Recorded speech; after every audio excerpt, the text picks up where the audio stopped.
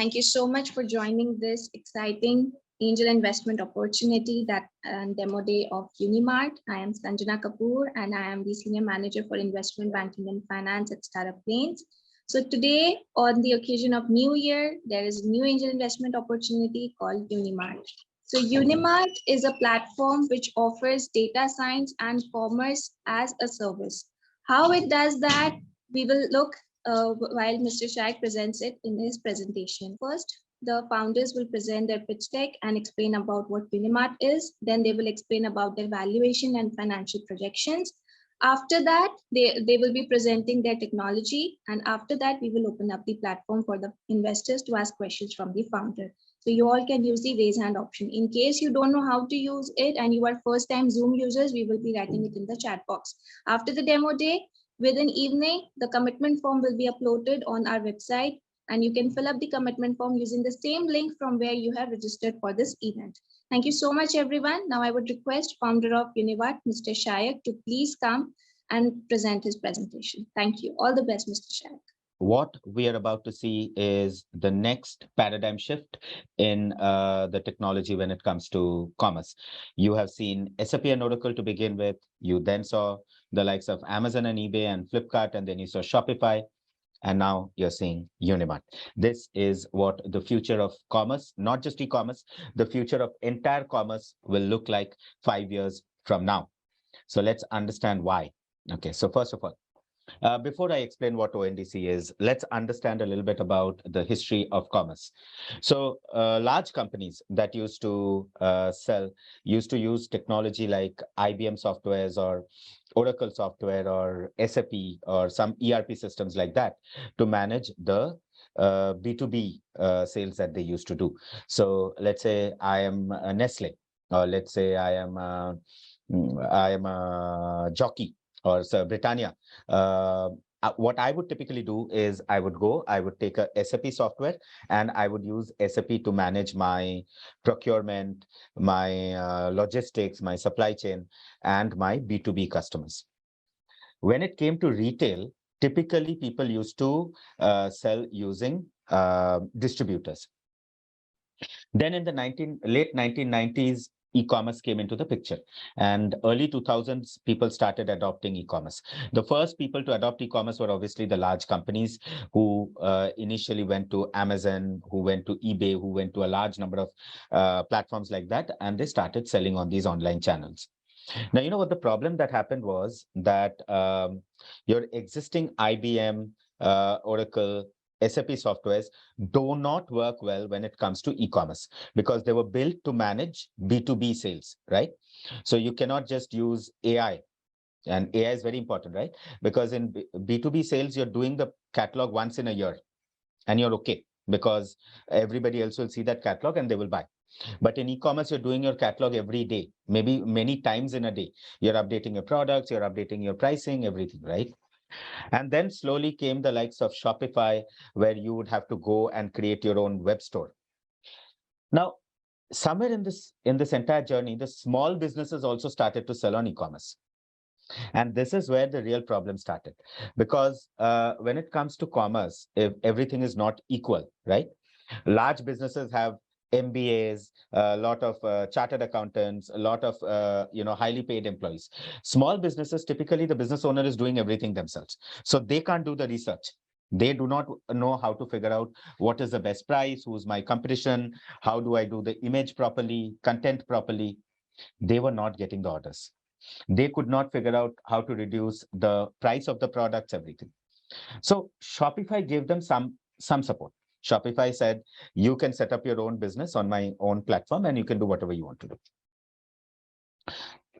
Three problems happened. Three very, very big problems happened. First, the cost went up like crazy. The cost of selling online was so much more than the cost of selling on retail. Because when a customer comes to your store to buy something, first you have to do marketing. You spend about 20 to 40% of your product price in marketing to bring that customer to your door. But in retail, customers just walk in, right? You're not spending anything on marketing. Essentially a small Kirana store doesn't need to invite people in. People walk in just like that. But in e-commerce, that discovery doesn't happen because everybody's sitting in the same platform and you have to market to get the person in. Second, the cost of supply chain went up a lot because in retail, in Kirana stores, or if you're a farmer, or if you're a dairy seller, or if you're even if you're a mid-sized brand, your cost of shipping was less. You would ship it out once and it's done. But in e-commerce, every order has to be shipped to the end customer and returns have to be accepted. So cost of shipping became 25% of the sell price. Most of the sellers started taking a loss. This is the biggest problem. The cost of selling on e-commerce is so much higher than the cost of selling on retail. Okay. The next problem that started coming up is the complexity of technology. You have to go to Amazon, you have to learn how to sell on Amazon, you have to learn how to market on Amazon, you have to learn how to fulfill by Amazon, you have to download that Excel sheet, fill it up, you have to fill it up perfectly. If your description is not correct, you will not come on page 1. If your pricing is not best, you will not get sold. Honestly, why have we made e-commerce so difficult? Why can't I just go there, put my products and people buy it? Why can't the system take care of that problem? Why are we expecting people to know everything? So the complexity went up a lot. So first cost went up, then complexity went up in terms of technology usage. And last, very, very importantly, people could not compete because these platforms were promoting some very specific sellers. Anybody who sold on e-commerce knows this.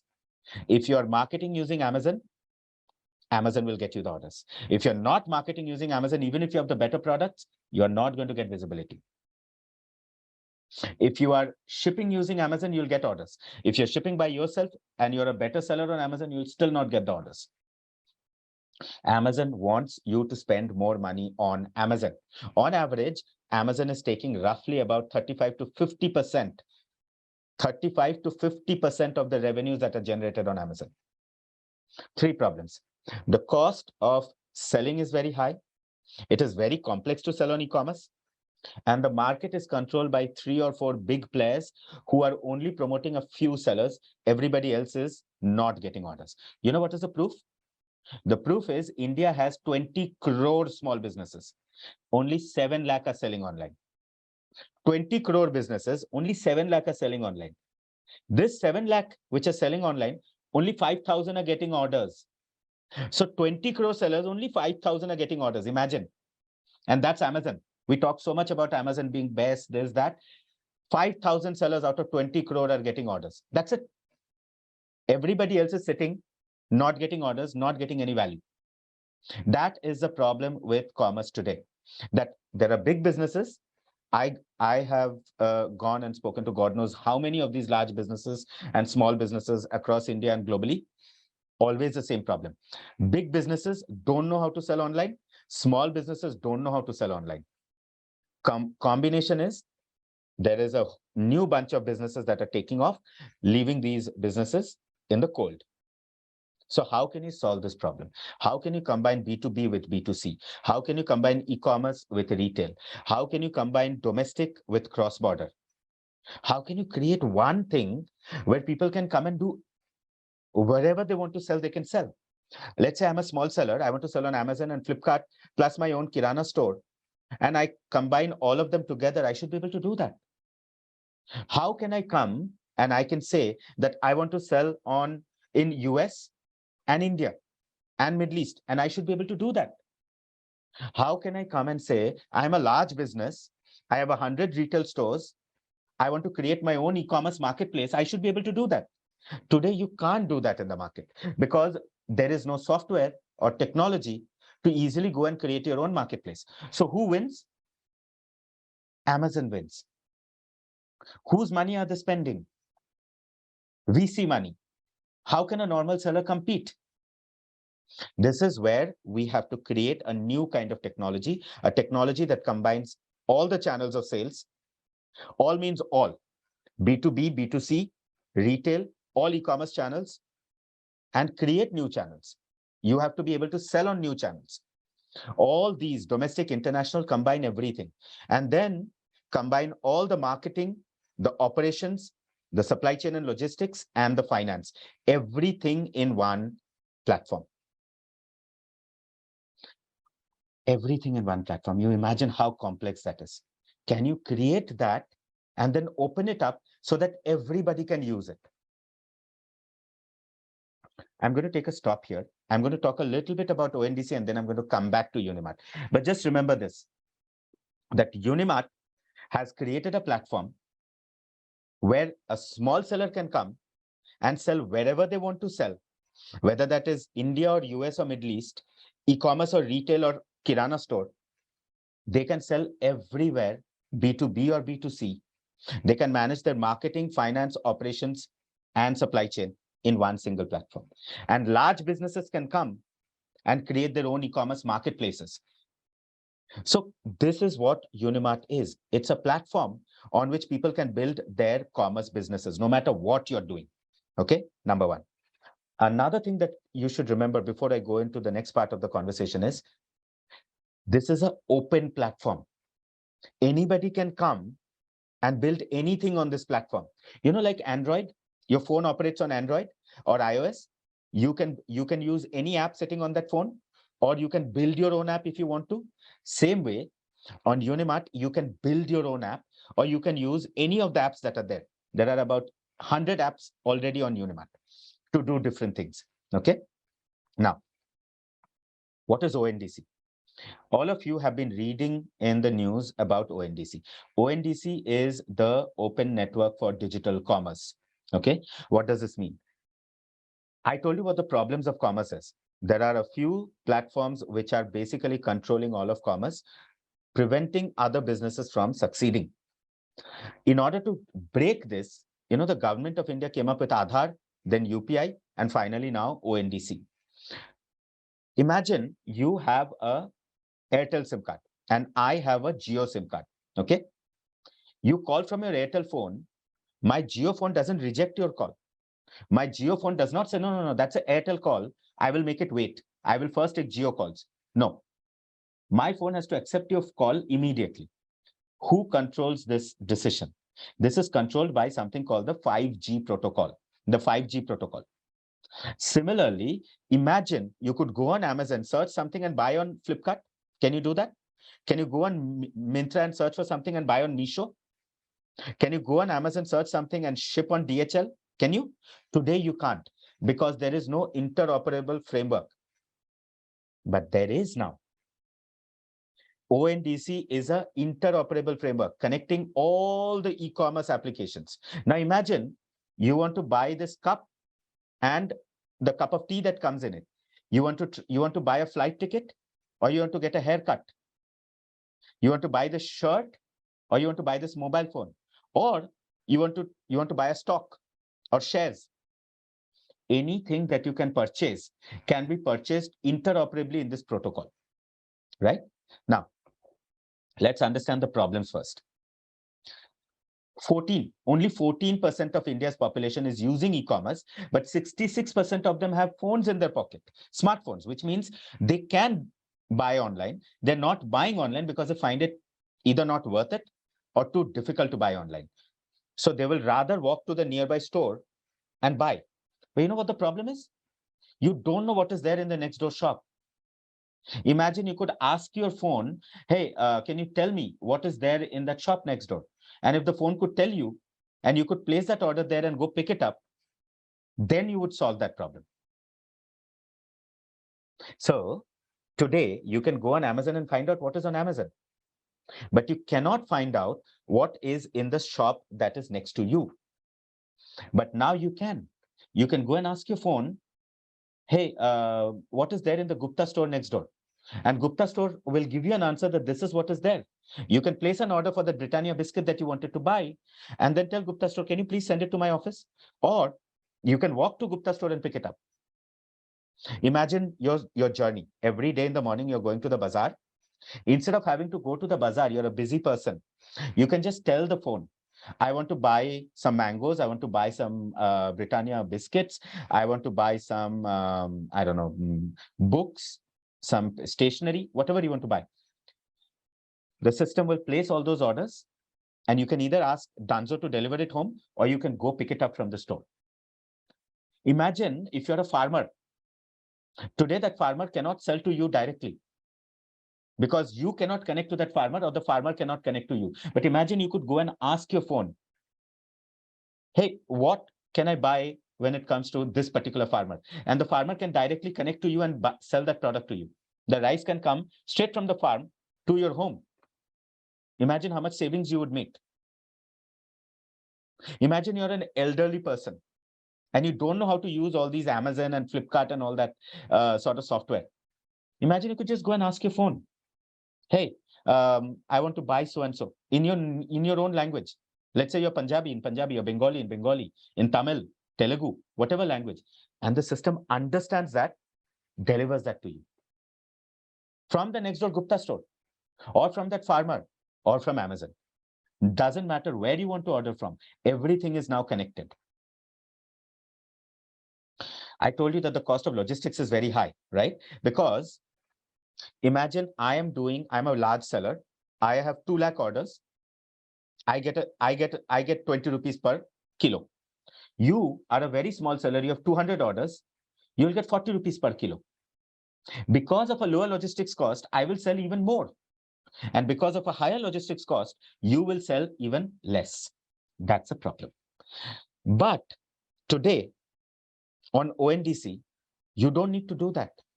When you get an order on the spot, you will ask, what are the possible logistics costs?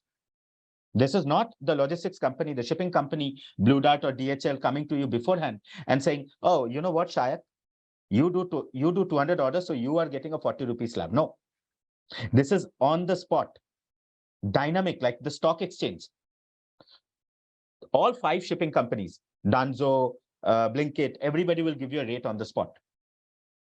And you will choose the one that is best for you. Automatically, the cost of logistics will drop.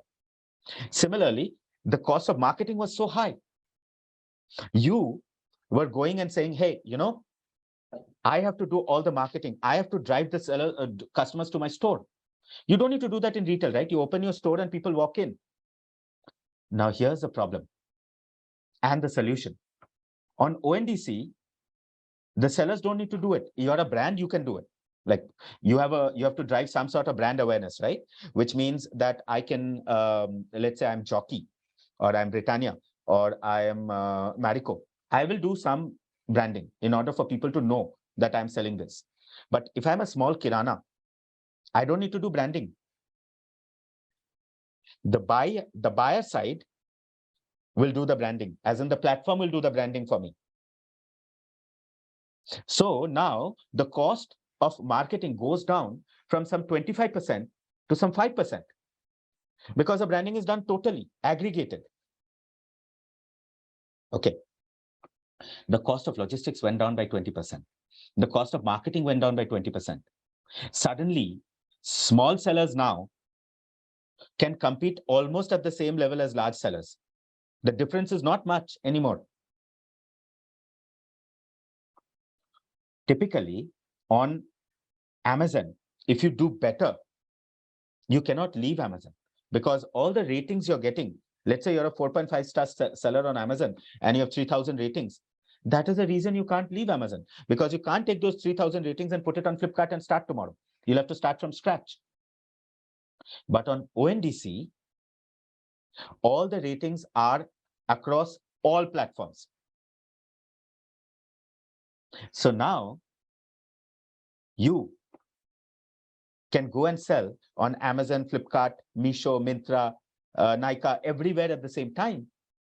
And if one platform comes and says, hey, if you don't give me 50% discount, I'm going to switch you off. You can say, fine, you can take a 50% discount if you want to give it. But if you don't want to give it, you can say, I'm not going to give you that. Switch my account off. I'm selling on 10 other platforms. They will win and you will lose those orders. So now Amazon can't arm twist you anymore. And most importantly, marketplaces today decide who will get that order. But on ONDC, no marketplace can decide who will get that order. The discovery happens transparently on the gateway. All the AI algorithms, whatever you're using, have to be publicly declared. You cannot hide it. So, result, your costs go down, Your complexity goes down very much because you can now just talk to the phone and say, I want to buy so and so. Discovery goes up because you can now know what every single shop next to you is selling, and you can buy from them directly. Who does this help? Everybody except the large platforms. The small businesses will get so much more orders because till date, they could not digitize, they could not compete on e-commerce because it was complex, costly, because it was very one-sided by the marketplaces. But now they can compete. The small businesses, the farmers, the dairy producers, they can all get digitized and they can sell offline and online same way on the same platform. The large businesses also benefit because they can get discovered very easily. They cannot get arm twisted by the Amazons and the Flipkarts. They can now combine their offline business, their B2B business with their retail and e-commerce business. And you as a customer benefit because you're getting better deals from everybody. This is the capability now. Supermarkets, kiranas, marketplaces, flights, finance, food, payments, everything can be done from the same network. You don't have to go to 20 different applications to do it. And guess what? This is what is driving the next generation of commerce. I told you at the beginning that what I'm going to show you is going to be a complete paradigm shift in technology. You remember you used to have feature phones, a Nokia 3310, and then suddenly you had a BlackBerry, and then suddenly you had an iPhone. That generation shift that happened, that generation shift is now happening in front of your eyes. This is what is happening here. You are making a shift from the Amazons and the Flipkarts to a complete open network where everybody can buy and sell completely together. Now, the question is, what is Unimart doing? First, I told you can talk to your phone and buy and sell. We have made that a reality. You don't need to go to Amazon Echo or Google or anything. You can just go to your WhatsApp, take the photo of what you want to buy, or as a seller, you can just take the photo of what you want to sell and just sell. You have a complaint, just go and tell WhatsApp, hey, this product wasn't good, or take a photo of that and upload it. You have a problem with a particular seller, you can talk directly to that seller. No middleman. You're a retailer, you want to order directly from Nestle without distributors, you can do that directly from WhatsApp. You're a big brand, you're Britannia, you want to go sell to all the localities through the local retail shops, you can do that. And you can directly give an incentive. You can do your marketing. Whenever a customer comes to buy something, you can send them to the local retail shop.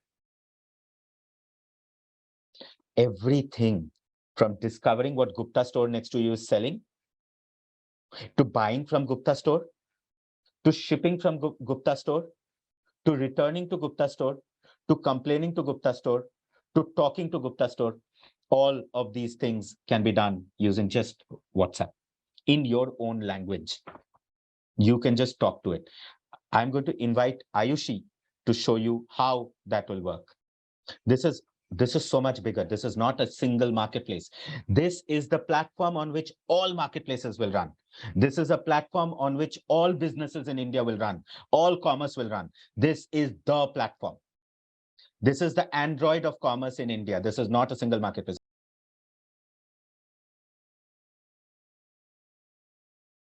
Okay, I think that should work. Let's go. You're a buyer. Okay.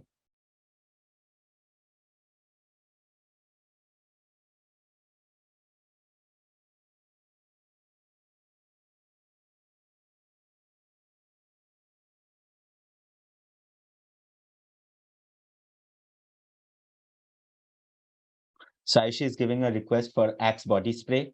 Similarly, Ayushi can also give an image, or she can just talk to the system. There you see, she has given a request for Axe body spray. So the system is showing all the Axe body spray from the stores next to you. Okay. Now, Ayushi, add something to cart.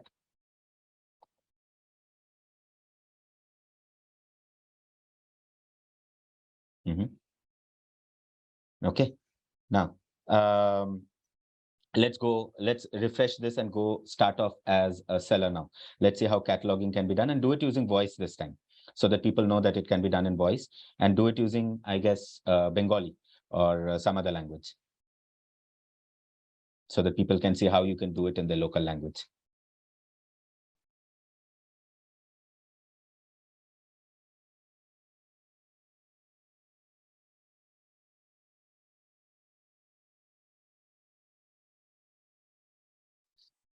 Ayushi, type Ayushi. It's your name here.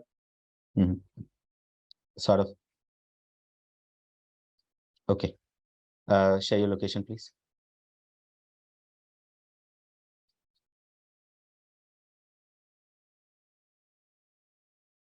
Okay. Now Ayushi has shared the location. Now select the first one, first option. Second one, seller we are showing it. No. Acha, that's also okay. Show the second one.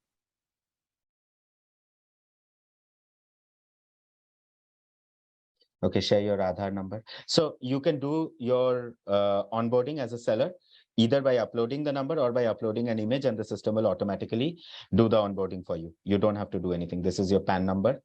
And now the system will ask you to give the name of the shop. So you're giving the name of the shop. And next, it'll ask to update the inventory. Ami Good Day Biscuit Bikri Korte Chai. Actually, I send the message to you. You can upload that.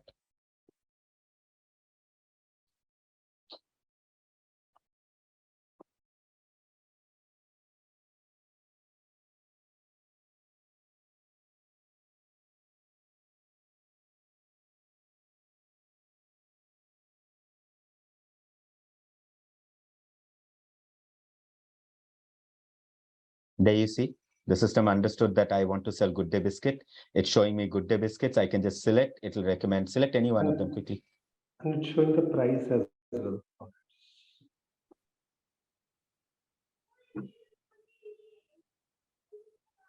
So it is showing what price you should sell.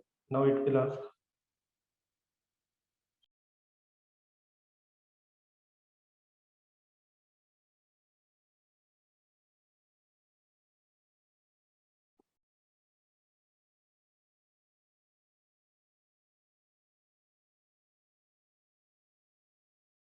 Okay, so what you just saw is basically how anybody can buy or sell using voice commands or images or local language texts. Whatever you want to do, you should be able to do it.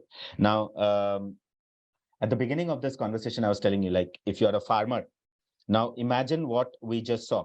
If you're a farmer and you don't know how to sell on e-commerce, you can just come to this WhatsApp and you can just tell people that I am selling so-and-so in your local language, and the system will do the cataloging. You can tell the system in your local language that I'm targeting only this, and this is what my price should be. And then when you get an order, you can say, show me shipping. It'll show you all the shipping prices. You can then ship it out. If there's a return, the system will talk to you. You don't need any e-commerce app anymore if you're a farmer. Remember, out of 20 crore Indian small businesses, only 7 lakh are selling online. The reason is they don't want the complexity of technology. This is not obviously for big businesses, right? Big businesses will still need the whole technology, which I will show you now. But for all the small Kirana stores who are not comfortable with English, who are not comfortable with typing things in an Excel sheet, who do not want to go and sell using an app, all these crores of sellers will now be able to come and sell. And all these elderly gentlemen, elderly ladies who are not comfortable going and buying online because they don't know what to do, they don't have trust, they can now go and buy from the next door shop just by talking to the system, see what is there in their store real time. They can order from the Doodhwala using that same WhatsApp. They can order from the local farmer using the same WhatsApp. All these things are totally possible using that WhatsApp now. This is what is going to transform Indian commerce, because the large businesses, they are already to a certain extent tech enabled, but 98% of Indian small businesses are not tech enabled. And you don't want to go and teach them technology. You want to go and give them something that sits in their pocket, and WhatsApp sits in their pocket. And you want to use artificial intelligence to do everything for them. That is basically what Unimart has managed to do. Now we will come and see the platform that we spoke about. Now, first things, there are 4 things. There is a seller-side platform. So if you're Jockey, you will want that particular platform where you can go and do all your functions. There will be a buyer-side platform where buyers can go and buy. Then there will be a seller-side admin. A seller-side admin is where, supposing you are creating your own e-commerce marketplace, and there are 2,000 sellers in it. Each seller has their own access, but there is also a seller admin. Okay. So this is what we would see now. Sorry, 1 second. There we go. So this is basically what is a seller admin. You will find when you log in, there is a dashboard. And other than that, there are these 4 dots. This is the app store. Remember, on your phone, you have an app store where you can go and add new apps. Similarly, you can come to this app store. You can visit your apps. You can add new apps, right? This is your master data management, where you can go upload your catalogs. You can then, by the way, all of this cataloging is done using AI, right? So you can come and do all your cataloging. It'll give you all the forecasting of your sales. It'll give you forecasting of the costs, everything, right? So this is your cataloging. Similarly, you have a CRM built in where all your customer details, all your employee details are stored, right? So you have a location detail where, let's say you are a large business and you have 2,000 stores or 5,000 stores. Currently, the Apollo Group is using our platform to do that. All your locations will be managed from here. Let's say you are selling on multiple different products in different countries. You will need different units of measurement. You will need different pricing. So you can then go and set the pricing for each channel, right? So you can go and set up the pricing list for different channels, as you can see there. You can manage all your orders everywhere. Your orders coming in from your local Kirana store, or your orders coming in from your Amazon US, or your orders coming in from a distributor sitting in Malaysia. Everything comes in here. You can manage all these orders. Sorry, you can manage all these orders, right? You can then manage the delivery details, the purchase order, sales returns, and everything. There is stock transfers that happen between the different units. So if imagine you're Nestle, okay, and you have a central warehouse sitting in Mumbai, and you're doing a stock transfer to unit sitting in Rajasthan. So then this is a stock transfer. Then your scrap orders, delivery orders, purchase orders, right?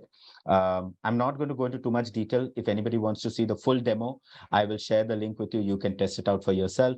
But this is your advanced shipping notifications. So let's say you are shipping something to a customer or to an internal unit.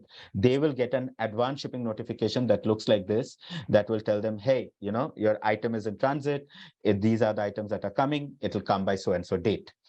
And when they get that item, they are going to do something called a goods receipt note. So they will basically do the QC. So let's say you sent 100 items, they have passed 96, but 4 got rejected. Then there will be a QC here. So what will happen is you go in and you say, okay, these many items got rejected. Okay. And the items that got rejected will go into the scrap orders. And then you have something called inventory adjustment. So when you're doing QC, when you're doing audit, let's say 2 items were less or 2 items were more, you have to adjust that. That is called inventory adjustment. Typically, large businesses will do a audit once a month.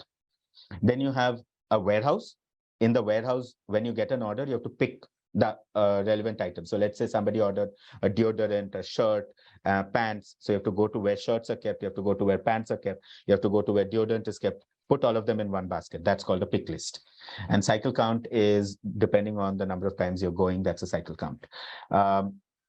You have the full accounting management system here, where let's say you're buying something, sorry, you're selling something, that is your sales invoice. So here what will happen is you can go, you can see what all you bought in that sales invoice. You can manage the payment for that. You can do all those sort of things. You can also go and do a purchase invoice. So if you're a big business and you're running and you're manufacturing something, you can purchase that. You can create a debit note. What happens in a debit note? Let's say I am I'm buying something, right? And I'm buying that on a debit. So then there will be a debit note that will be given to me. If I'm selling something and I'm selling that on credit. So in B2B sales, most of the sales happens on credit. So you come and buy, say, 10,000 units from me. You will only pay me for, say, 1,000 units upfront, and the remaining you'll pay me when the payment happens, as in when the sales happens. So all those details can be set up here, right? When the payments happen, what are the terms and all. Currencies, payments, like if you're selling internationally, you will need currencies and exchange rate, all that sort of things. Then there's a returns management system here. This is where, let's say you bought something, but it did not pass QC, or you did not need it, you have to send it back.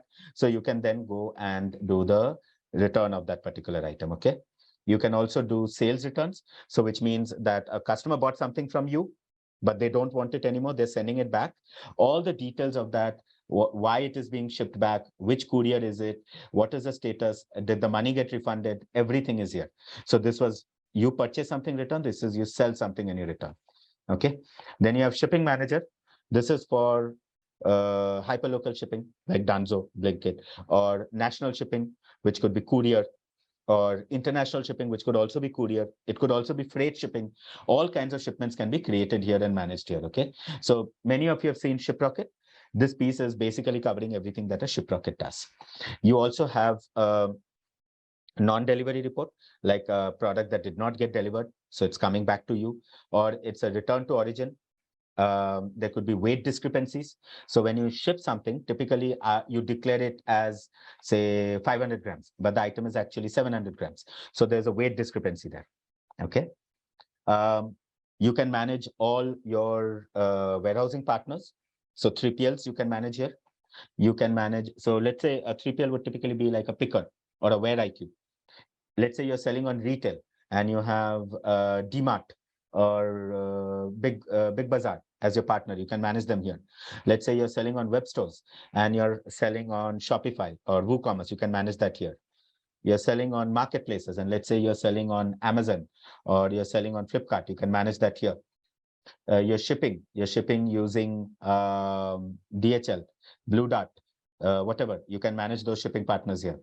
You manage your own warehouse can be added here. Your point of sale can be added here. Your accounting software like Tally can be added here, right? So, and then there are settings where you can go and create different users. So let's say you have accounting staff who should only see accounting, and you have supply chain staff who should see only the shipping part. So you can do all that, right? Okay, now you saw right now the seller side, right? But this is your marketplace admin. Marketplace admin is where the admin can come. They can see, say, all 1,000 sellers that are selling through that marketplace, and they can manage each one of those sellers, their issues, grievances, everything. So this is that. And then you have all the orders that are flowing through that system for all the different sellers. You have the customer support issues for all the sellers. You have all the logistics. So let's say people are using third-party logistics partners. So network logistics, you're using DHL, Blue Dart. All the products that are selling on that marketplace, all the shipping that is happening on that marketplace. So let's say you're using shipping, your own shipping, or payments that are happening on that marketplace. Orders data, payment partners, you can set up your own shipping partners, your own payment partners, everything. So this is your marketplace admin. So I'm going to take a quick stop and remind you what we saw before I show you the next two pieces, because I'm showing you incredible amounts of technology that doesn't exist yet, or a huge amount of tech. And so you might get confused. So I'm going to take a quick pause. First, we saw AI of such capabilities that doesn't fully exist yet. You can go and talk to WhatsApp. It will do the complete ordering, complete customer support, the complete shipping, payments, everything through WhatsApp. So small businesses can manage everything through WhatsApp. Then I showed you how large businesses like say DMart or a Nestle or a Mahindra Group can manage their entire business on a single platform. Whether they are selling B2B or B2C, they can manage everything through that. Then I showed you how somebody can build their own marketplace. So the last piece that you saw is how somebody can sell using their own marketplace. Next, what I'm about to show you is how somebody can buy. Okay, so let's take a quick look at how somebody can buy. Okay, now this is where I can come and I can buy. So I can say, hey, I'm selling something in Hyderabad. I'm buying something in Hyderabad. I want to buy a shirt. Okay. It'll show me multiple people who are selling shirts near me. And once those items come up, I will then select whichever item I want to buy. Let's say I want to buy this item. So I select this item and then I say, 1 second. And then I say checkout. It'll take me to the checkout page where it'll show me the customer, my billing address, my shipping address and everything. I could also go to the cart and see what is there in the cart. I can go to my orders and see what all orders I have placed so far. I can go to support and say I have a issue or check what my past issues were and whether they've been solved or not. I can also go to FAQs and see what kind of frequently asked questions are there and some answers are given. Okay. So this is basically what you just saw is the Shopify, essentially, right? So people can come and create their own web stores or marketplace front end and they can buy from there. Okay. Now let's repeat. You got the entire conversational commerce. You've got the entire seller side, including marketing, shipping, supply chain, operations, finance. You've got the full marketplace, and now you have the Shopify. Next, what I'm going to show you is the admin of that Shopify. Okay. So this is the buyer side admin. You saw the seller side admin. It looks the same, the dashboard. There will also be that same order piece where the buyer side admin will be able to see what orders are the buyers placing. You will be able to see what payouts have happened, whether those payouts happened on time. You will also be able to see the tickets that have been raised and whether those tickets are proper or there's some issue with that ticket. You can then reply to that. Ticket means a complaint or an issue that has been raised by a customer. Okay, so we're going to, this is basically your buyer side admin. Okay, so I'm going to go back to my presentation and finish off that particular presentation. Okay. Right. So as I told you, basically, Unimart has a complete marketplace solution where people can come and build their own marketplaces or just sell or just buy, right? So what does that mean? That means that Unimart has a buyer side application. Remember that Shopify thing I showed you? Unimart has a seller side application, which is a sales side thing, which I showed you, a logistics side application, reconciliation, issues and grievances, everything, right? We are also going to take a look at how the whole technology works. This is basically Unimart's entire technology ecosystem. You have marketing, supply chain, logistics. You have a lot of artificial intelligence. I will ask Ayushi after this to share her screen and show us how the different AI solutions work. But just to put things in perspective, you can actually go and do, as a large business, you can manage your catalogs. You will never have to do cataloging again. You can just go and tell the system that I want to sell so-and-so, and it will do the whole cataloging for you, right? Or just from an image, and then not just that, it can map that catalog into many different e-commerce marketplace platforms. So which means I can just go and say, I am selling this product. And then I can say, I want to sell it on Amazon, Flipkart, Meesho, etc., etc., etc. And the system will automatically take that product, optimize it, map it for each marketplace, because each marketplace has different taxonomy for that product. So it goes live everywhere and it sells everywhere in the same time. You don't have to do a thing. it automatically maps it to everywhere. Ayushi, can you share your screen and quickly show us the AI capabilities, some of them? Okay, so what Ayushi is going to show you is how you can just give a simple input and then get the catalogs for all the different marketplaces from here. Ayushi, can we do that?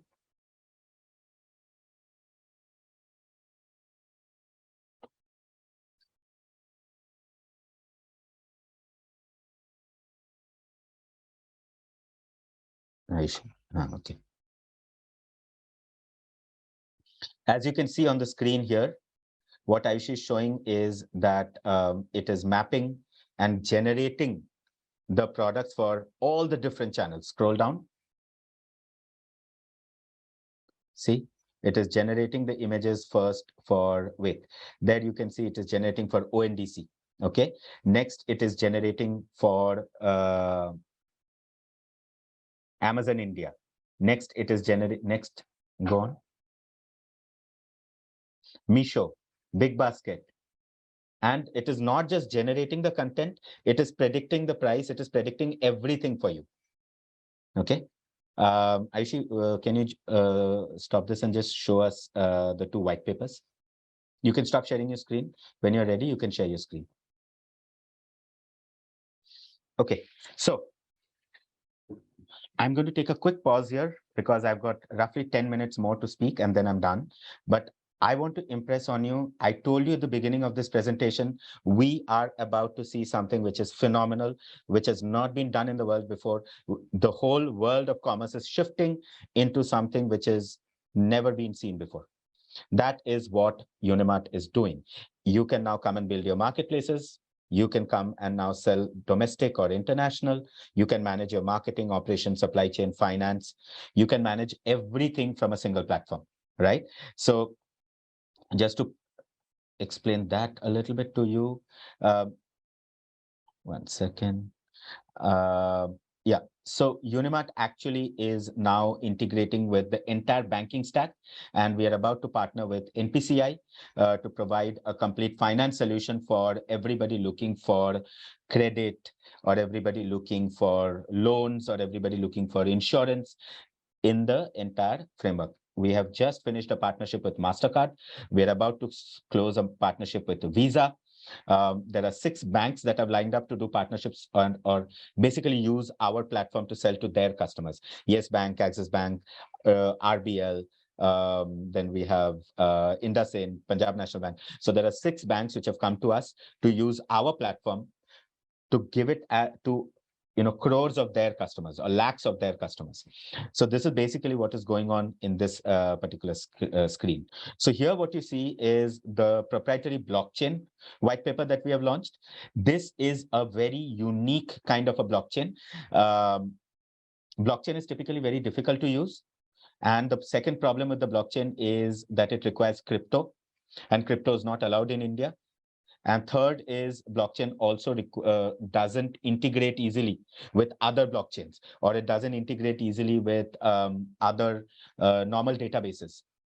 We have solved these problems. So this blockchain paper that you're seeing, it can not only integrate with other blockchains, it can not only, it doesn't require any crypto, it uses just itself. And lastly, it is very, very easy to deploy.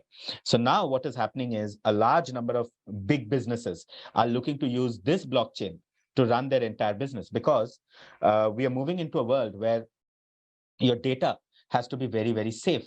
Your data has to be very, very immutable. And whenever somebody wants, the data has to be trustworthy. But in a blockchain, the data is completely trustworthy. Nobody can tamper with the data. So that is why people are looking to use this blockchain. But the biggest thing is the blockchain for India. There is something coming up called blockchain for India, which will be used by the major players like ONDC. ONDC, the Open Network for Digital Commerce, is making us the default platform for India. Can you imagine? Every single e-commerce application in India, every single finance application in India, every single marketing application in India will need to connect with us to go live. Will need to use our services. We are about to become the reference platform for ONDC. Number one. Number two, we just signed a contract with ONDC. They're buying our cataloging service, the basic version of our cataloging service, and making it the catalog for India. Every small farmer, retailer, seller, to every large business in India will use our cataloging from now. And the most important thing, we are leading the blockchain for ONDC, because the entire ONDC will run on a single blockchain. Why? Because all the ratings, reviews, everything has to be on blockchain so that it cannot be corrupted. All the transactions in time will come on that blockchain. Guess who's leading that blockchain? We are.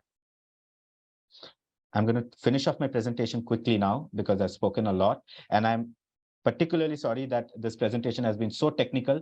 But guys, what we are doing is a paradigm shift in technology. So if I didn't explain the technology, it would sound like I'm talking nonsense. That's why I had to go this deep in tech. I'm going to pass all these things quickly because these are real problems. Search on ONDC is a very, very big problem. We have solved that problem. Order processing on ONDC is a big problem. Cataloging on ONDC is a big problem. Demand forecasting, inventory forecasting. These are all AI solutions that nobody has. That is why we are the default platform for India. Quick understanding of Unimart. Unimart is an open source platform. You know, Android is also an open source. Did you know the Chrome browser you might be sitting on was also built on open source? Most of the big technologies that you can think of were all built on open source. Open source is super powerful as a technology strategy. I'm not going too deep into it. Just understand that anybody can build on my platform. Anybody can collaborate with me. My code base is not hidden. My code base is out there in the public. Blockchain, I already explained. Our blockchain is unique, in certain ways. And as such, we are leading this entire thing for blockchain for India. I explained our AI capabilities. We've got 35 different AI solutions, and we are leading when it comes to some deep tech solutions. There are people who are doing just the voice commerce. There are people doing just the demand and supply. There are people doing just the cataloging. We are doing all of them, and we've solved it better than everybody. Take a look at how good those solutions are, that now ONDC is making them the default for India. Okay, so what are people doing using our platform? People are coming and building their own marketplaces using Unimart. Let's take some examples. The World Gold Council. The World Gold Council does 20,000 crores of annual revenue in India. They are taking all the small gold sellers in India and converting that into an e-commerce marketplace and running it on our platform now. Let's take one more example. The Mahindra Group. They are trying to build a marketplace for farmers, for auto parts. Guess which platform they're using? Unimart. Last example. The Apollo Group has 6,000 pharmacies across India, 6,000 hospitals, doctors, online pharmacy. They're connecting all of this and they're trying to build it on our platform. Omnichannel. Nestle came to us and said, we want to go and sell in 1.5 lakh villages to 15 lakh small businesses. The problem is these small businesses don't know how to use a sophisticated system, a point of sale. They want to use our WhatsApp to help all these small businesses grow. Akshakalpa came to us to enable all the farmers in Karnataka to sell to their end customers using our platform. Arambagh Food Mart. They have 100+ retail stores in Bengal. The biggest retailer in all of West Bengal. They are running their entire business using us, starting from sourcing to warehousing, to distribution to the stores, to managing the stores, to managing the online, to connecting the marketing, everything using Unimat. 100+ enterprises have come to us in 1 month. 100+ enterprises of the likes of Nestle, Ernst & Young, Microsoft, MasterCard, Mahindra, Apollo have all come to us in 1 month to use our platform to build their entire business. This is a fabulous team. You'll rarely find a startup with this kind of a team. Little background about me.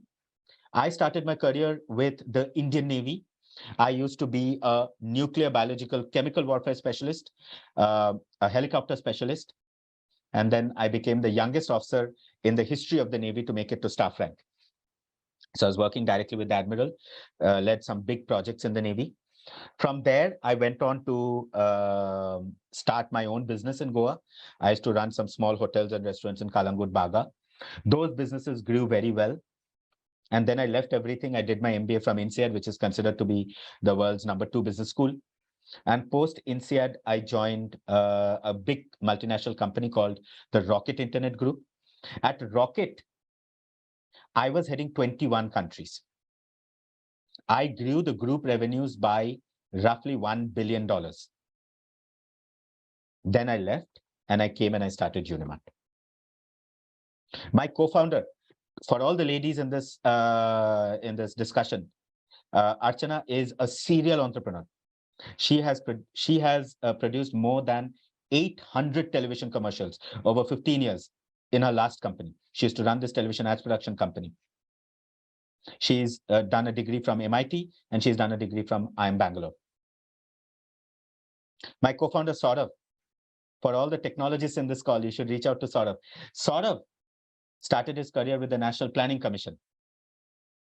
Went on to work with Esther Duflo and Abhijit Banerjee on their Nobel-winning theses. Taught data science at NMIMS. Has started 6 startups and 2 exits. Saurav is leading the data science and technology at Unimat. Maushami, inspiration to many, many people. She was a senior partner at Ernst & Young. Before that, she used to head sales at SAP. And now she is heading all the revenues function at Unimat. And Angad started his career in marketing as a brand manager for Häagen-Dazs and a few other large brands. Did his MBA from Spain in ESADE, and then went on to work for the Dubai Investment Corporation. Started his own e-commerce marketplace, where he had more than 20,000 products. Then left that and joined a business in India called BioPlus. Took BioPlus to rank #1 on Amazon in India and US. And today, Angad is leading all the business commercial functions for Unimat. We have 50 other people, all exceptionally talented developers, data scientists, business side people. You cannot imagine what we are building without a team like that. And just take a look at the investors who've invested in Unimat. I'll give you some names. Jack Greenfield. Jack is the head of architecture at Walmart. The world's #1 company, the world's largest company. He heads the entire technology architecture there. Fabio started Amazon in Australia. He is considered to be one of the biggest e-commerce gurus in the world. Bass used to head, and even today heads, SMB globally at PayPal. You can imagine how big that is. Russell. Many of you may have heard of this US company called Macy's. Russell was the CEO of Macy's. Sergey, Senior Vice Dean at the Wharton School of Business. He advises Jeff Bezos and Bill Gates on their business. He's invested 3 times in Unimat, not once, 3 times in Unimat, because he sees what Unimat is doing and how Unimat is changing the world of commerce. There are many other such people who have invested in Unimat. Some awards. In 2022, the G20 event happened in Indonesia. This year, 2023, it will happen in India. Unimat was India's representative to Indonesia, and Unimat won the top startup award there. Yesterday, we were on stage at Las Vegas, Nevada, at the world's largest startup conference at CES as one of the finalists in the Web3. There are many such other awards here, which we have won, which are very, very prestigious awards. One very important thing is there were 2 case studies written about Unimart that are taught to every MBA student at INSEAD now. That's about it. I am open for questions. All right. Thank you so much for this wonderful presentation, sir. So I would request you if you can explain your valuation and projections also. Oh, yeah, sure. So look, first about valuations. Unimart went live in August, 20th of August, 2022. The company was founded in June 2021, and we went live 20th August 2022. September was mostly stabilizing the platform, and then in October onwards, we started getting the demand. In November, we closed 3 enterprise clients. In January, we've already closed 1 enterprise client. Our revenue in November was close to $150,000. This month, with 1 client, we have already crossed 1.25 CR. Guess who that 1 client is? ONDC. So my point is that Unimart's monthly revenue right now is roughly $150,000. If you do a 12-month multiple on that, my annual revenue is about 1.8 million. So the valuation, which is 16 million pre-money, is a 9x multiple on that, which is very low for a company that is being chosen by ONDC to be the platform for India. My revenue projections for 2023 financial year is, as in the year that will end in April 2023, is $800,000. My projection for 2024 financial year, which will end in April 2024, is about $3 million, and the next year is about $10 million. But the reality is we will most likely do far more than those projections. Those projections are fairly conservative. Once ONDC fully comes into play, once a declaration comes from Piyush Goyal or Narendra Modi's office, and that Unimart is a platform on which all these things will happen, many more companies than are already coming to us will come to us. The 100 companies which have come to us in 1 month, it's going to be many more than that. Sanjana, does that answer your question about valuation and projection? Well, actually, that answers my question, but our investors would love to see if you have any document also so that they can get an idea. In case not, we would request you can share the document after the demo day. The document is shared with you, and yes, sure, I can share the document right now on the screen. Do you want me to? Yeah, please go ahead so that investors have an idea about it and they're satisfied also. 1 second. Okay. So this is the projections that we can see. So you will see this is how the revenues are growing on a month-on-month basis. We are projecting by the end of 2024 financial year, somewhere around $10 million in revenue. That at that point, we are hitting somewhere around 1.2 million a month in recurring revenue. Right? And the costs do not grow a lot since we are completely a technology platform, not a service platform. I'm not going and acquiring small businesses, etc. I'm only selling to enterprises. Those enterprises are going and acquiring the small businesses. So today, Yes Bank is building their entire platform using Unimart, right, for ONDC, which means that they are going to bring in about 5 lakh sellers, about 1 crore buyers, but that's their job.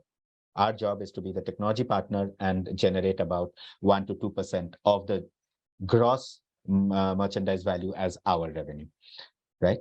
That's basically the projections. No, this is wrong. I see Sunil, you asked, is the company founded in 2015? That is absolutely wrong. This particular company was formed in 2021. There was earlier company that used to exist that was formed not in 2015, but in 2017. That was a Singaporean company, but this is not that.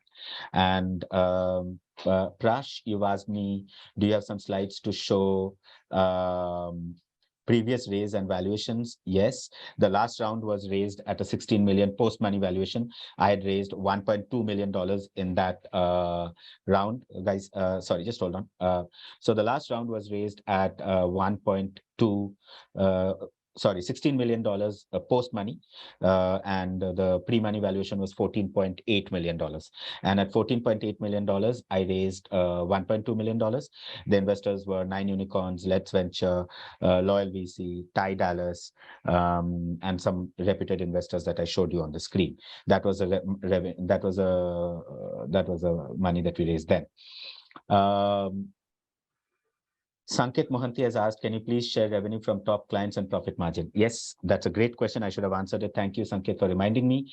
Our ACV, or our annual contract value per client, will be somewhere around $100,000, but some of the bigger clients will go more than $1 million.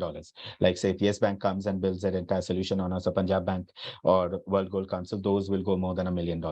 But the normal clients will be about $100,000, and profit margins will be, gross margins will basically be about 82% gross margins. I see Dipendra Tulsian has asked, do you have patents for your tech? We have not indeed applied for patents, although we have published a lot of white papers which prove that these technologies belong to us, but we did not apply for patents because of two reasons. One, patents actually are very costly. We don't want to apply for patents in India. We want to apply for patents in the US, and each patent costs about $20,000 to apply, because underwriting cost is about $20,000, and then the government takes about $5,000 in the US. So the cost for applying for a patent is very high, and we don't want to waste money right now applying for patents. But also very significantly, once you apply for a patent, the technology becomes public and anybody can then copy it. That's also a big risk. So when you apply for a patent, I think we tend to not go for the patents early on. So once we have got to the phase where by July this year, we will be applying for somewhere around 20 plus patents. Okay, then I've been asked about, what about unbranded products? Vasant Kathal has asked me. Vasant, that's an excellent question. Do you know that our system can generate your entire content and generate those images for unbranded products? We have a stable, you can go to ChatGPT and generate content. You can go to Unimart and generate that content. That's basically the technology that we have developed. So you, even if you go and say, I'm selling basmati rice and that's not a branded product, we can generate the basmati rice ka image, and we can generate the basmati rice ka content, and we can tell you what keywords to use and what the pricing should be. So we have a separate, what I showed you on screen was branded, but there is an entire cataloging database for unbranded products also. I don't know if I answered your question, Vasant, but if you want more details, I'll ask Saurav to talk to you right now about the technology that exists, but unbranded products can be done. Okay, Mohan Reddy has asked me, can you please tell us about your angel investors? How much was that and when was that? The angel investors invested in the last round. They invested somewhere around 1.2 million in the last round. And that is basically at a $14.8 million pre-money and $16 million post-money valuation. Mohan, I hope I answered your question. The angel investors came from Let's Venture. They came from some other platforms like 9 Unicorn, etc. No, Sunil, me and Archana are the two common people in the two companies, but the rest of the founding team is not the same. And the name is indeed the same. I did retain the name because of branding purposes, but it's not the same company. It's a completely different company. The earlier company was a Singaporean company. This company is a Delaware C Corp with an Indian company as well. So it's not the same company at all. Vasant, you've asked me, what about non-smartphones? That's a very, very interesting question. You can use links on non-smartphones to do things, but you cannot do voice and all those things on non-smartphones.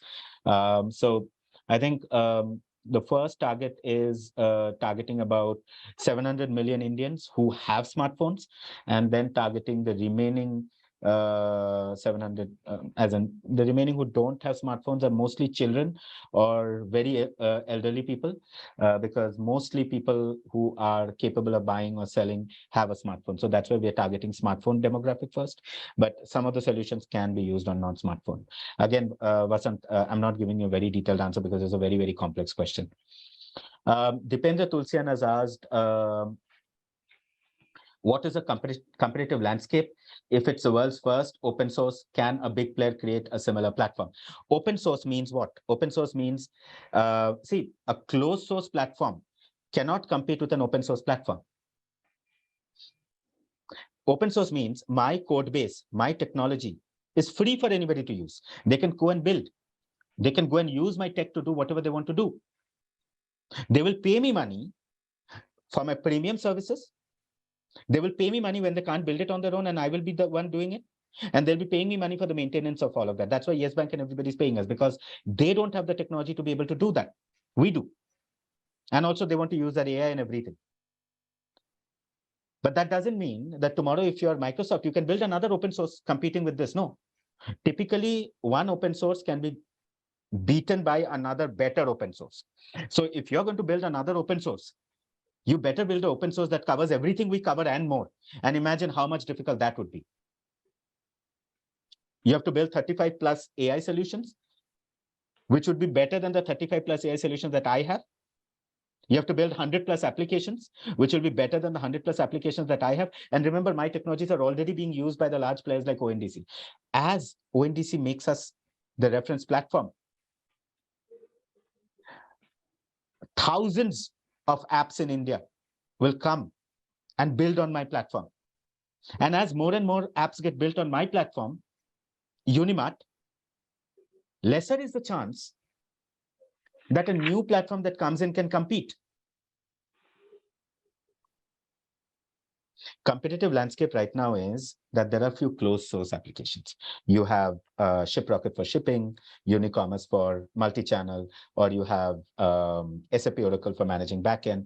You do not have a full stack platform. Nothing that is powered by AI, blockchain, open source. No, there's nothing. It's the world's first open source platform for commerce. Dipendra, did I answer your question? Please mention. How much, Anirudh Kala has asked, how much business or traffic ONDC is going to handle, and what percentage of e-com business of India?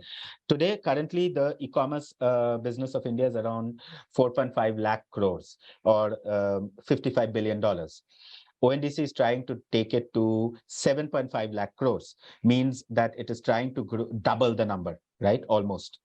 Now, and in the next 3 years.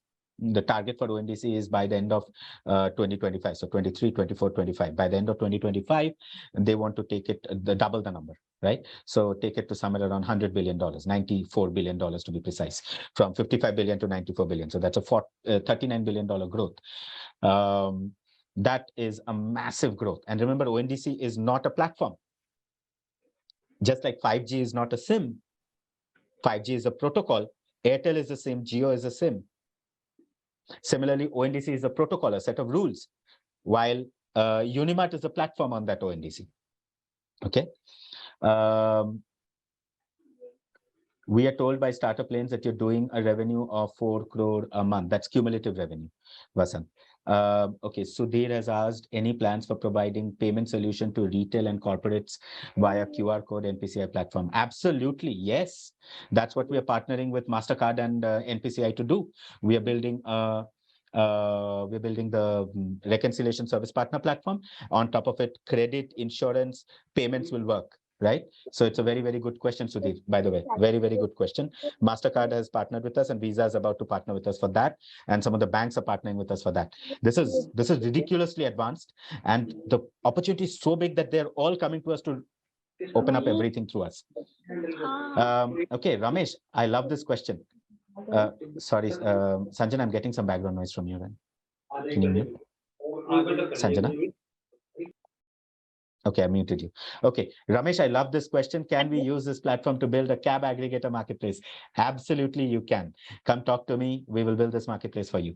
Or you can build it yourself using the tech we already have. Everything is already ready. Okay.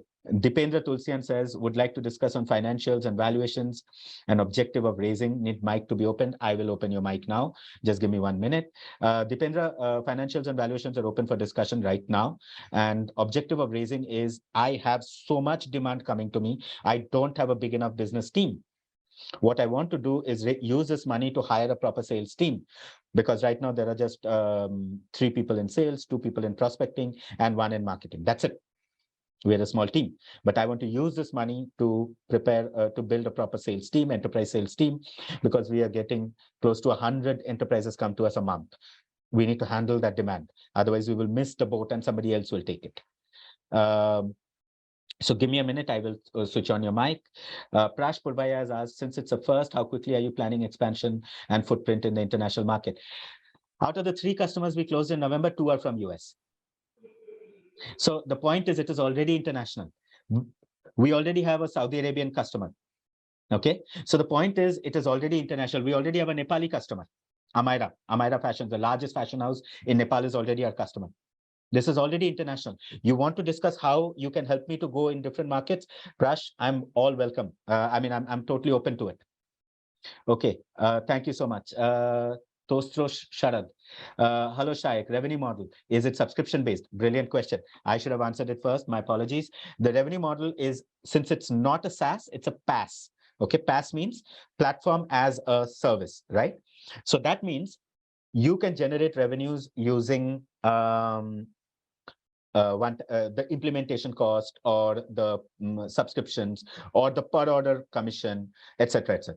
Okay, so the revenue is typically targeted to be about 1 to 2% of the gross merchandise that you are doing on the platform, roughly.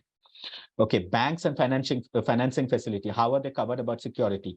Are you doing some legal checks, formalities? As a small business owners may not have that facility, so how will it help them? Okay, again, brilliant question.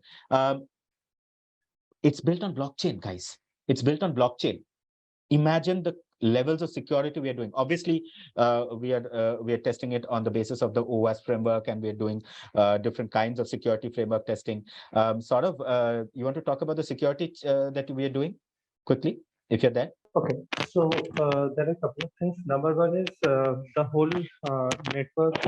In the backend, we have a blockchain. So blockchain gives you the chain hashing thing. So any particular transaction being tampered with, it will not match the entire hash chain, because in blockchain you work with the chain rather than a single hashing for a particular transaction. So that's the first level. Second level is, we have implemented XDR, which is extended detection and response.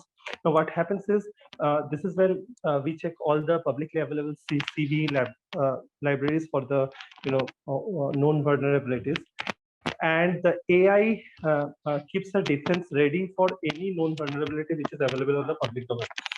So most of the cases, what we do is, now as on date, today it takes about 56 days to be precise time globally for any incident reporting to the complete mitigation. So the attackers get about 56 days free time on your platform to get all the data, do whatever tampering they want. They sell the data, they auction the data, everything.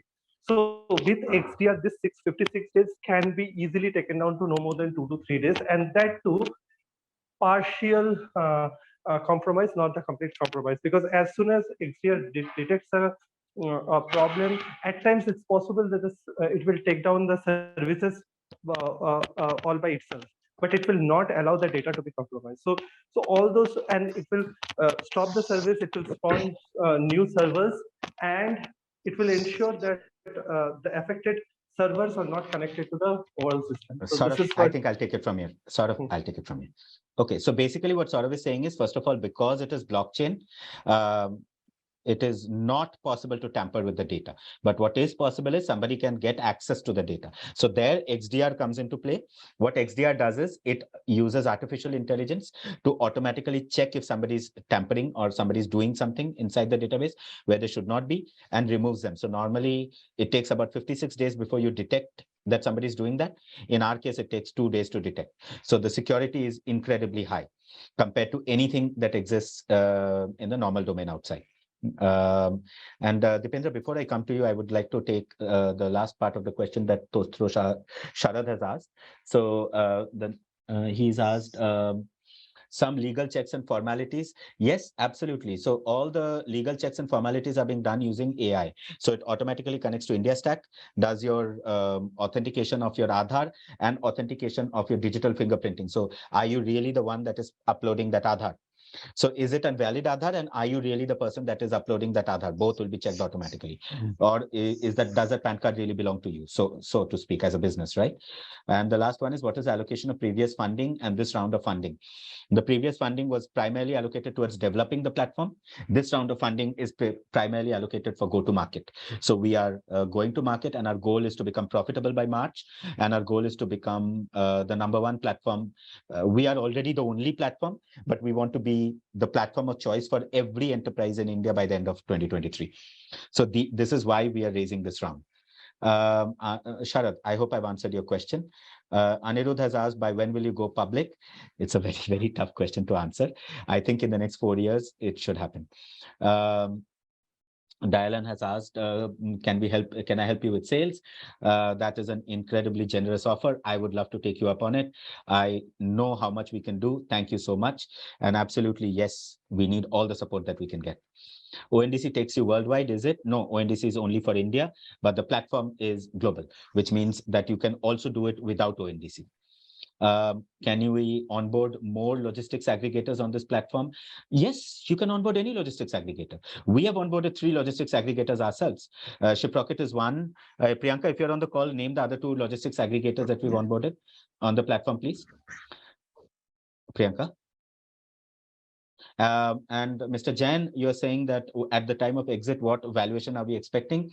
I'm expecting a 5x growth in valuation this year and a 5x growth in valuation in the next year as well. So you would typically exit in 2 years at somewhere around 15 to 20x multiple for a platform like Unimart is what I would expect normally. But again, that's being super optimistic. On the conservative side, it would be at least a 10x growth. Priyanka, are you there? Priyanka? Hello. What are the 3 logistics aggregators we've onboarded other than Shiprocket? We have Mamaship, we have eCouriers, and we have Shipbees. Okay, so yes, absolutely, there are multiple logistics aggregators on the platform. Thanks, Priyanka. Dipendra, back to you. Yes, hi Shayak and the Unimart team. Thank you so much for the wonderful presentation. I guess you guys are doing really big stuff in the world. But I have a few questions I wanted to understand. There are certain points that I could not connect well. So maybe I will just ask questions here. So first of all, I wanted to know, you said that you have started this journey of Unimart, or the company was founded in 2022, or it was a previous 2021, year? 2021. 2021. So you started building the tech platform before that, or it started only in 2021? It started in, the business planning was done in October 2021, and the development started in end of November 2021.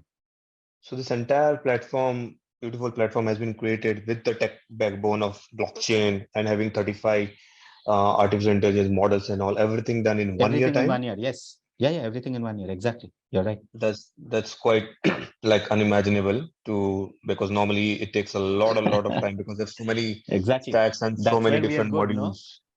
No? If you want, talk to the CTO of ONDC. He will tell you in 2 months what we've done for ONDC. In just 2 months, it has taken Zoho and other big businesses to come and onboard one app, single app on ONDC 9 months. We onboarded 6 applications on ONDC in 2.5 months with the AI and blockchain and everything else.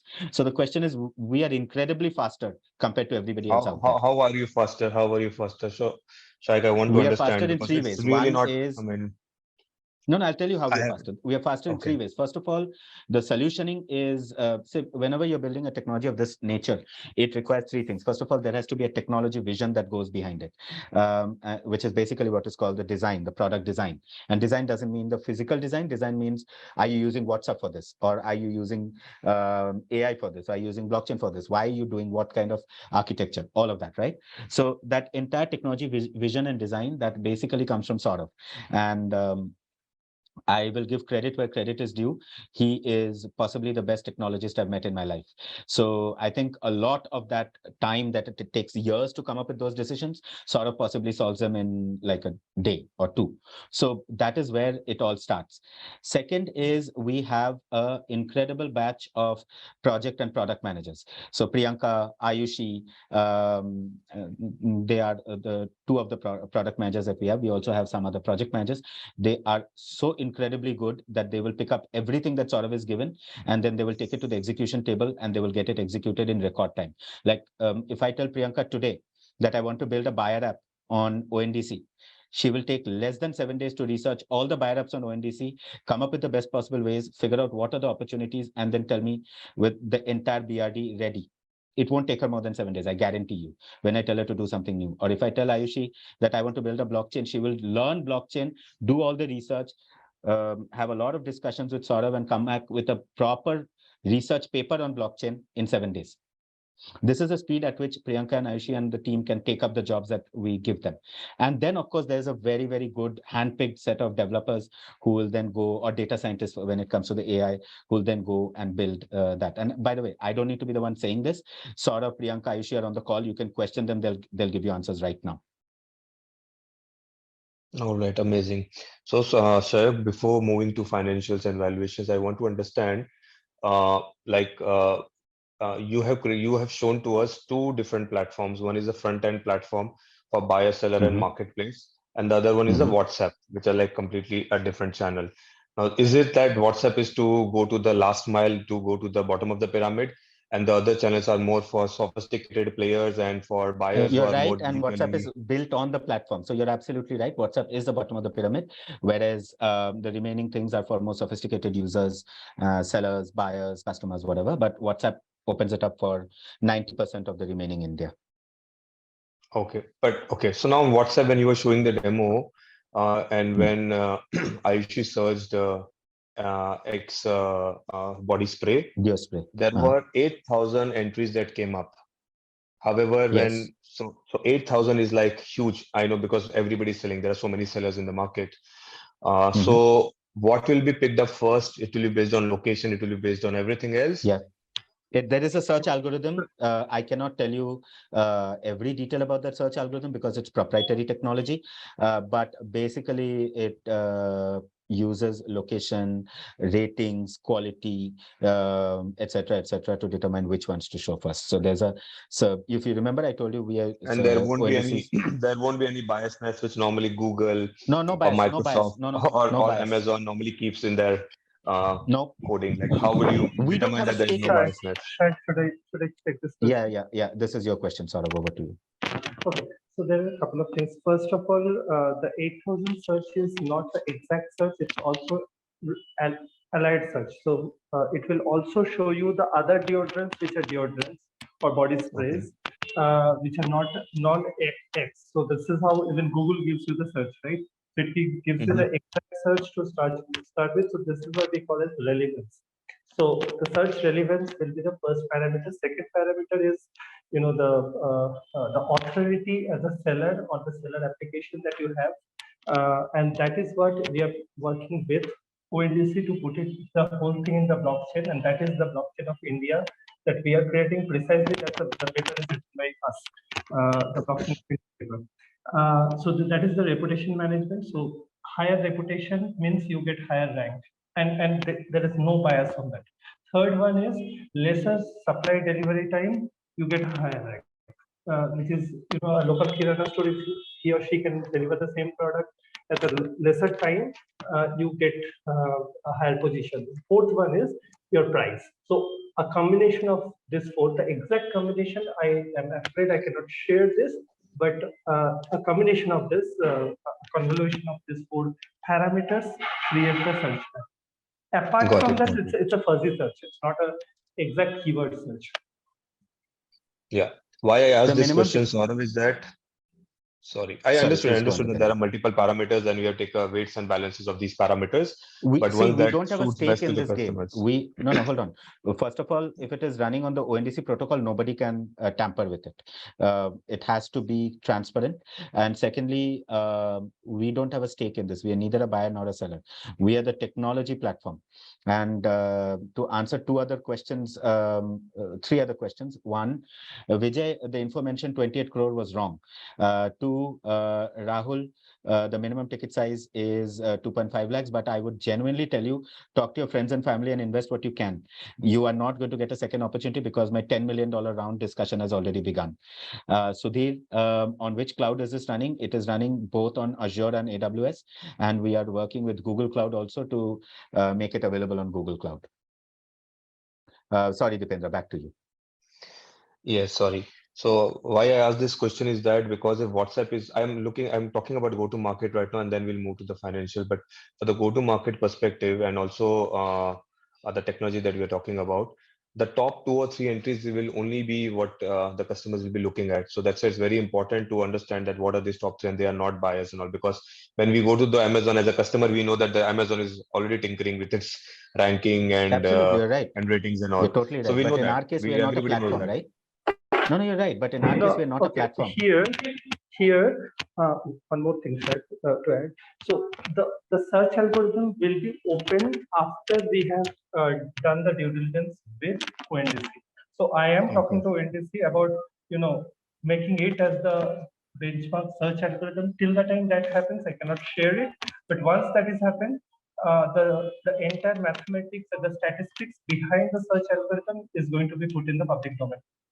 So the sellers can actually use the same. Every seller will have that exposure to these search algorithms. They can work it out. No, basically not sellers, the buyer side applications, because seller will give the API responses that way, so that the buyer side can do a search ranking, and every buyer side application has to follow the same search methodology. But till the time that is open by ONDC, I don't want to break the egg right here. No problem. No problem. I understand.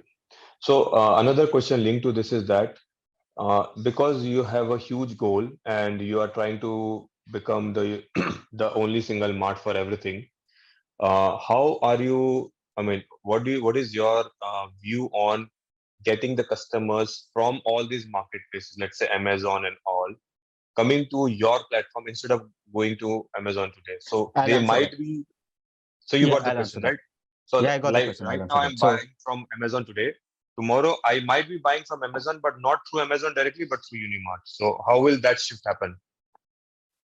What is your go-to-market plan? Vijay, my ask is not 2000x of my ARR. My ask is 9x of my ARR. Sorry, my valuation is 9x of my ARR.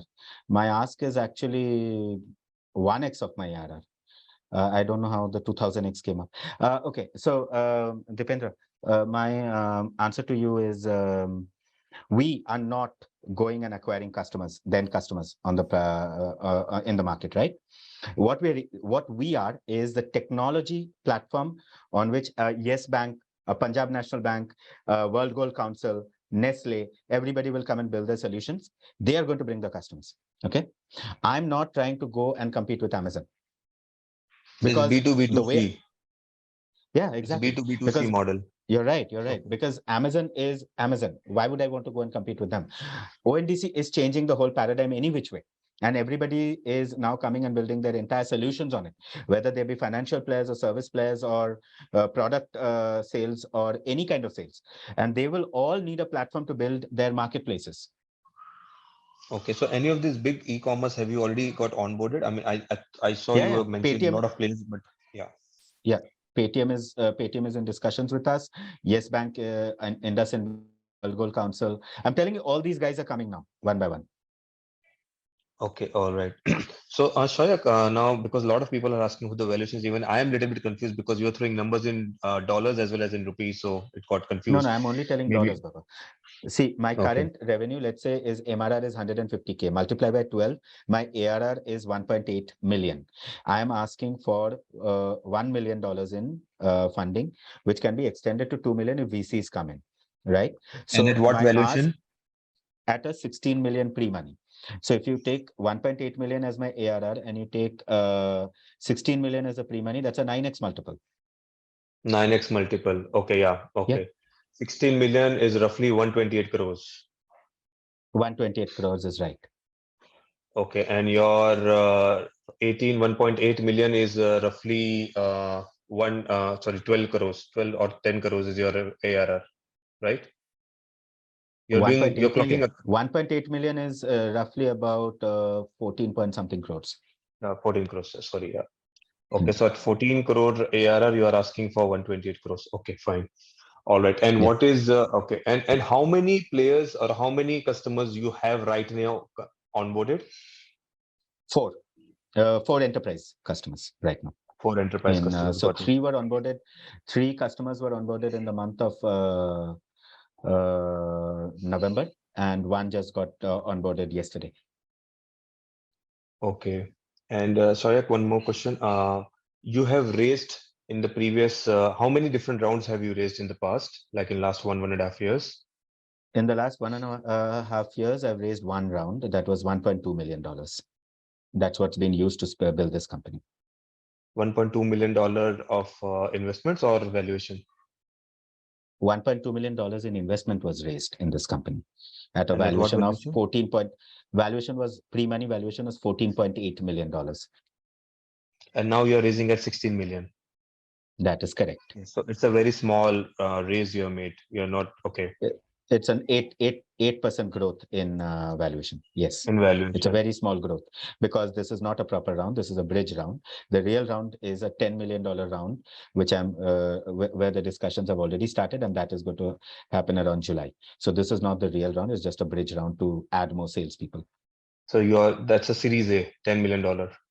That is indeed correct. That's a Series A. Okay, Mohan, the equity dilution for this particular ask is going to be about somewhere around. If I raise 2 million, it will be about 13%. 13%, yeah. Okay, Yeah. so Shayak, you have mentioned about the key investors in your slide, and they were like all big names out there. I don't know them, but I'm sure they were very, very big names, including Walmart and all. So they were part of your initial round, the first round that you talk about, $14 million round, indeed. Yes. 14.8 million valuation, 1.2 million raise. And correct. how many people, how many investors you have on the cap table? I think on the cap table there are about, I think 13 or 14 investors on the cap table, if I'm not wrong. All right. So what is, I'm just asking why, because you are in a sweet spot between a VC and an angel investor. You have previously not an angel, but maybe a seasoned investors, and now you're getting into VC and angel plus VC.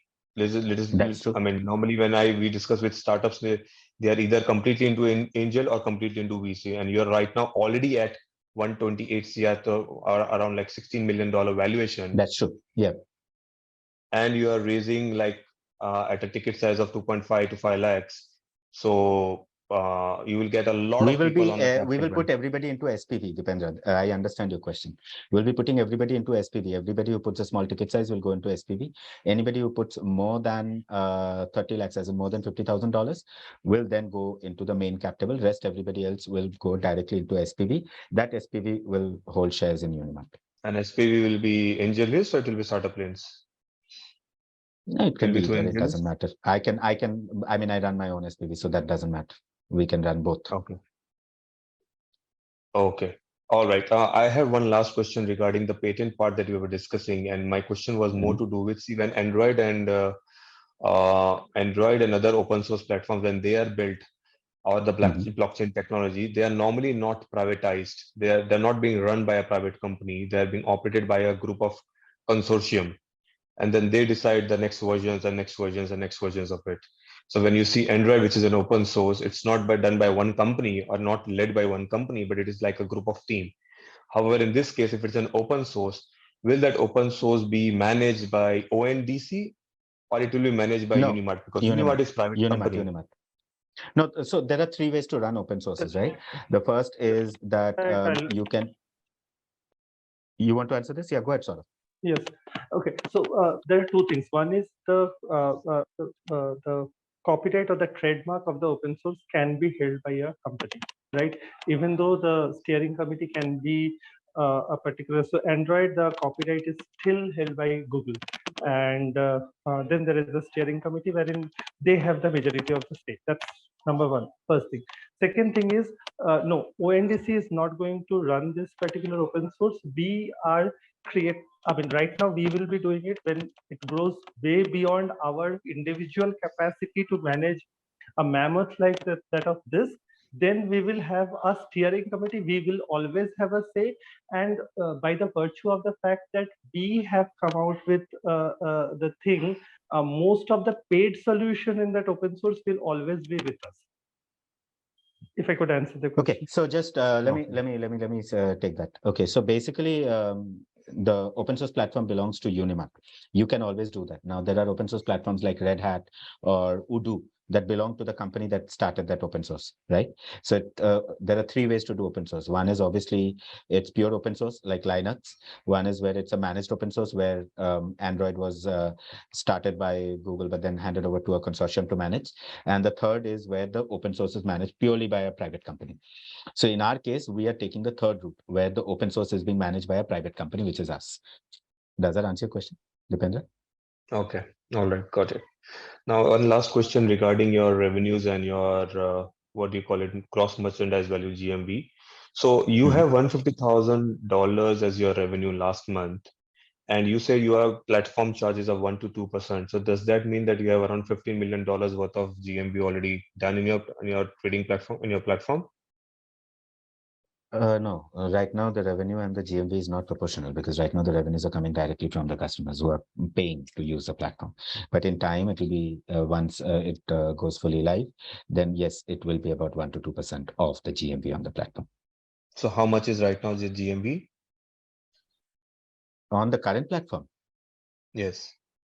I think it will be like maybe $100,000 or so because they're just getting started. So it's not really directly proportional. So this $150,000 at 100,000 gross merchandise value, you're getting they're paying directly to $150,000. use. It's not just a proportional revenue that we're taking, right? So there It's is an upfront cost. Yeah, there'll be It's an upfront, there'll be subscription, there will be per order commission, all those things. So the 150,000 is primarily people, remember it's booked revenues. So that's people who are booking the revenues on the platform saying that this is what we're doing on it. Similarly, right now we booked ONDC for about 1.2 CR.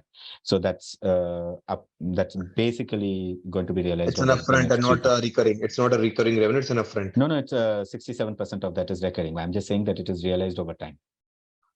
All right, so this is not in your, it has not come into it has not hit the account. It's booked bank revenue. account. It's booked revenue. It is not It's a realized booked revenue. Okay, yes. Okay, it's a booked revenue. All right. Great. Okay, just one last question. The funding that you are going to raise right now, which is going to be around between 1.5 to $2 million. This funding is going to go directly into your go-to-market and acquiring businesses, enterprises on your platform. 50% plus goes into GTM, 30% goes into tech, and remaining 20% into operations management and etc. Okay, and currently, what's your burn rate? About $65,000 a month. $65,000 a month. All right, so that's it. Okay, thank you so much, Shayak. My pleasure.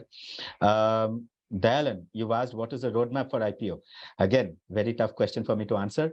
I think typically once we get over 2023, we will get to a point of maturity where we can predict where the IPO will be. My guess is that it's due to happen in the next 4 years.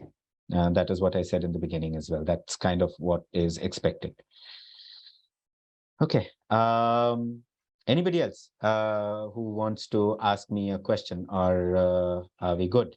I know this has been an extremely technical discussion, an extremely detailed conversation. I appreciate everybody for staying till now.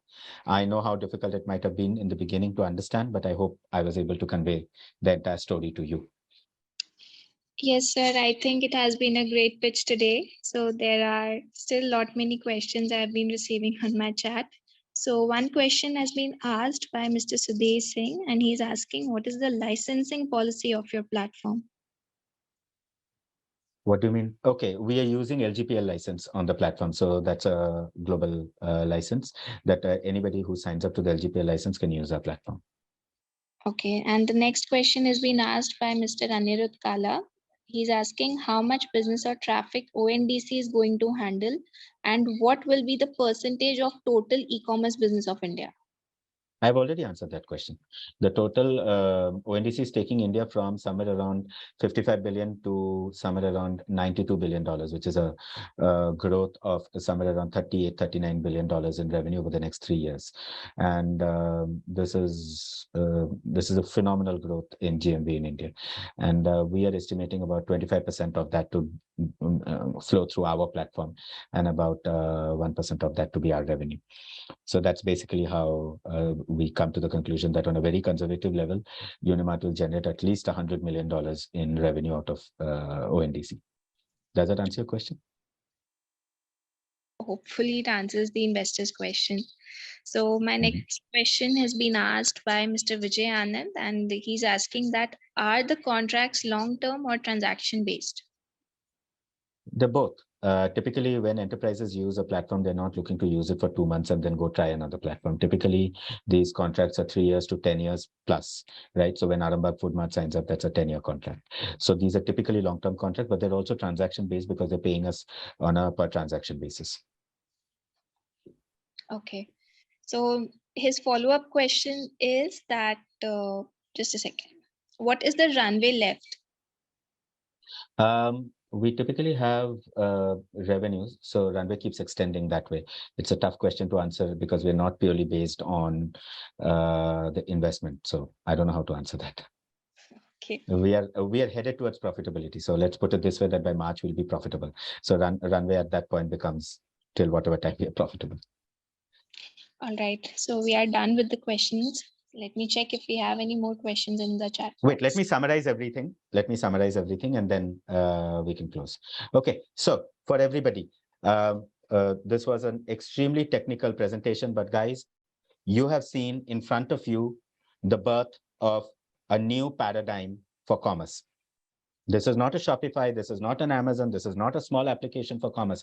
This is how commerce will happen for everybody going forward. It is basically the platform on which small businesses can come, enable themselves using voice, whatever, WhatsApp, whatever. Large businesses can come, sell on B2B, B2C, retail, e-commerce, whatever they want to do. Supply chain businesses will come and support others. Developers will come and build their applications to support others.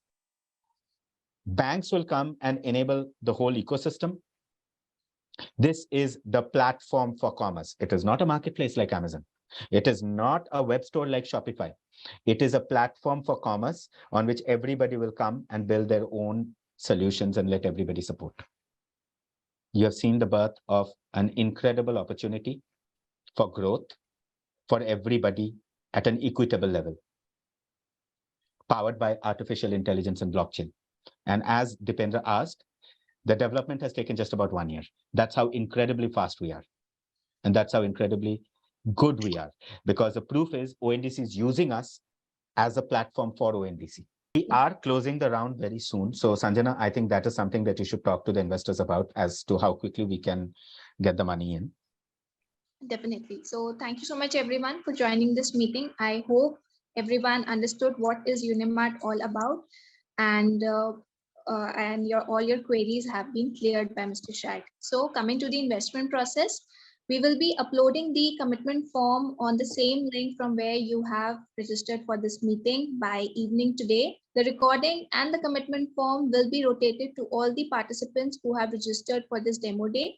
Once you fill up the commitment form, you will receive a call from investment banking team of Startup Loans. They will tell you the further process. If you wish to require to speak to the founders and Unimart team on one-on-one call, then the meetings and calls will be arranged according to the convenient time of both the parties. And once all your queries have been sorted out, you can go ahead with the investment process. Our team will ask for your documents for KYC. And once your KYC has been done, the term sheet will be sent along with the bank details so that you can transfer. So Okay, here, Sanjana, just a point here. Sorry, I'm interrupting. We have received term sheets from other investors in this round, and there are a couple of very senior investors who are coming in with big checks as well.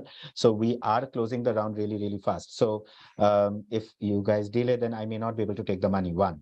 And two is, in case somebody wants to talk to me, ideally, if it is grouped together, it becomes easier for me, because I am traveling next week to meet ONDC in Delhi, because we are starting several discussions.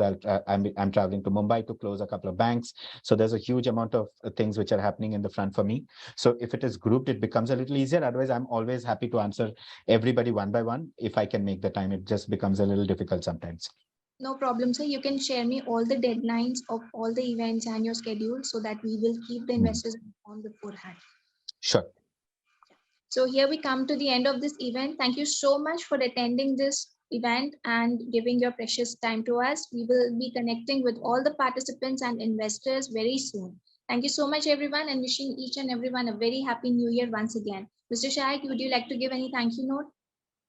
Thank you so much to everybody for attending through such a complex and you guys have a lovely 2023, and your blessings, your support is with me. I still see so many people messaging me, love the product, would love to collaborate with you. All your collaborations are welcome. We are doing something pretty incredible.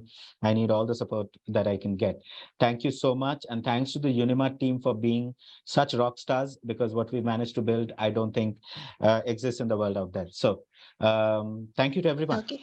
Thank you so much, everyone, for this meeting, and our team will be connecting with you soon.